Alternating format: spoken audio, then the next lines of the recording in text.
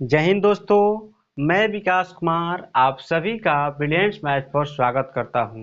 दोस्तों, आज हम लोग पढ़ने वाले हैं क्लास 10th का फिजिक्स के प्रकाश के प्रवर्तन जो चैप्टर हम पढ़ा रहे हैं उसमें नेक्स्ट टॉपिक अर्थात आज हम लोग पढ़ने वाले हैं वास्तविक प्रतिबिंब और काल्पनिक प्रतिबिंब में अंतर क्या होता है।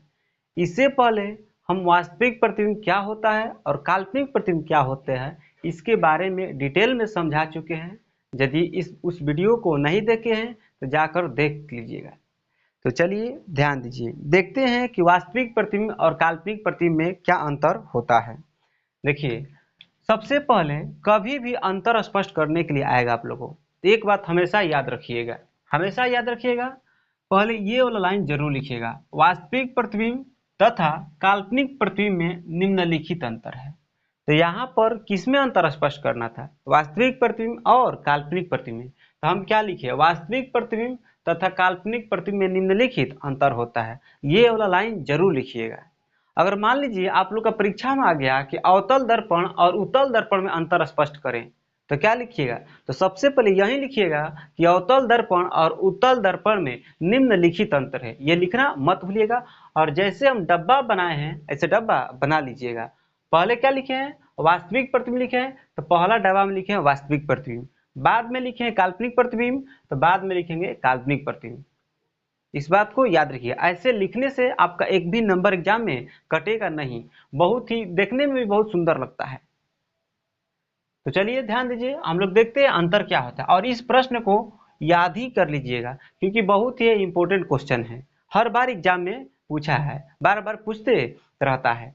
देखिए, तो सबसे पहले पहला अंतर समझते हैं, वास्तविक प्रतिबिंब और काल्पनिक प्रतिबिंब में पहला अंतर क्या होता है। देखिए, वास्तविक प्रतिबिंब जो होता है किरणों के वास्तविक कटान से बनता है।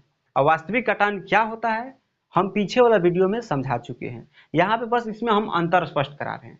ध्यान दीजिए, क्या लिखेंगे, पहला कि वास्तविक प्रतिबिंब जो होता है किरणों के वास्तविक कटान से बनता है, लेकिन जो काल्पनिक प्रतिबिंब जो होता है किरणों के काल्पनिक कटान से बनता है, जैसा कि हम यहाँ पर लिखे हैं, देख लीजिए।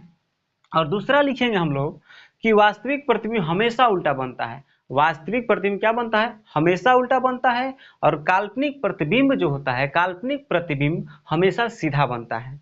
जैसे यहाँ पर ध्यान दीजिए, समझा दे फिर एक बार। देखिए, वास्तव में मनुष्य के साथ चाहे कोई भी इंसान हो उसके साथ उल्टा सीधा उल्टा उल्टा हो जाता है। लेकिन अगर कोई व्यक्ति अपने बारे में कल्पना करेगा तो कोई भी व्यक्ति अपने बारे में कल्पना करता है तो हमेशा सीधा ही करता है, उल्टा कोई नहीं सोचेगा। कोई भी अपने बारे में उल्टा नहीं सोचता है। कोई भी सोचता है कि हम अंबानी बन जाए, मतलब हम बहुत आगे बढ़ जाएं। तो ये इसी तरह से याद रखिएगा, वास्तविक प्रतिबिंब हमेशा कैसा बनता है, तो उल्टा बनता है।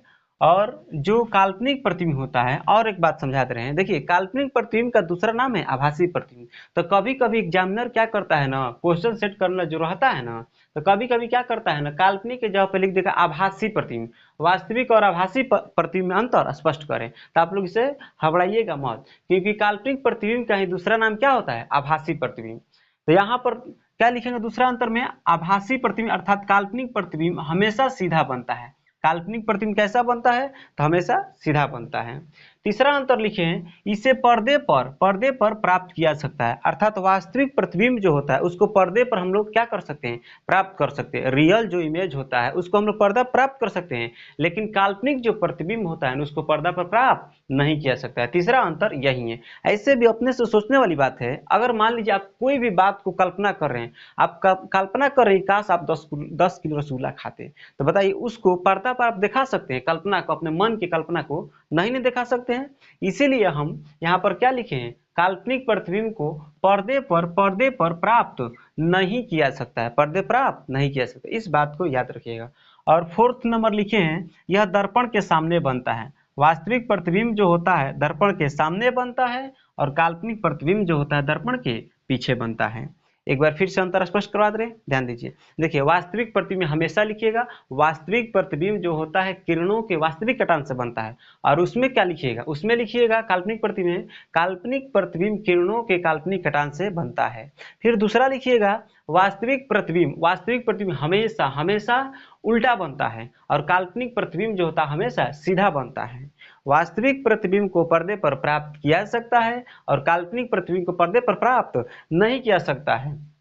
और जो वास्तविक प्रतिबिंब होता है दर्पण के ठीक सामने बनता है और काल्पनिक प्रतिबिंब दर्पण के पीछे बनता है। आई होप कि आप लोग को पूरा ये कंप्लीट समझ में आया होगा। फिर मिलते हैं नेक्स्ट वीडियो में, तब तक के लिए जय हिंद।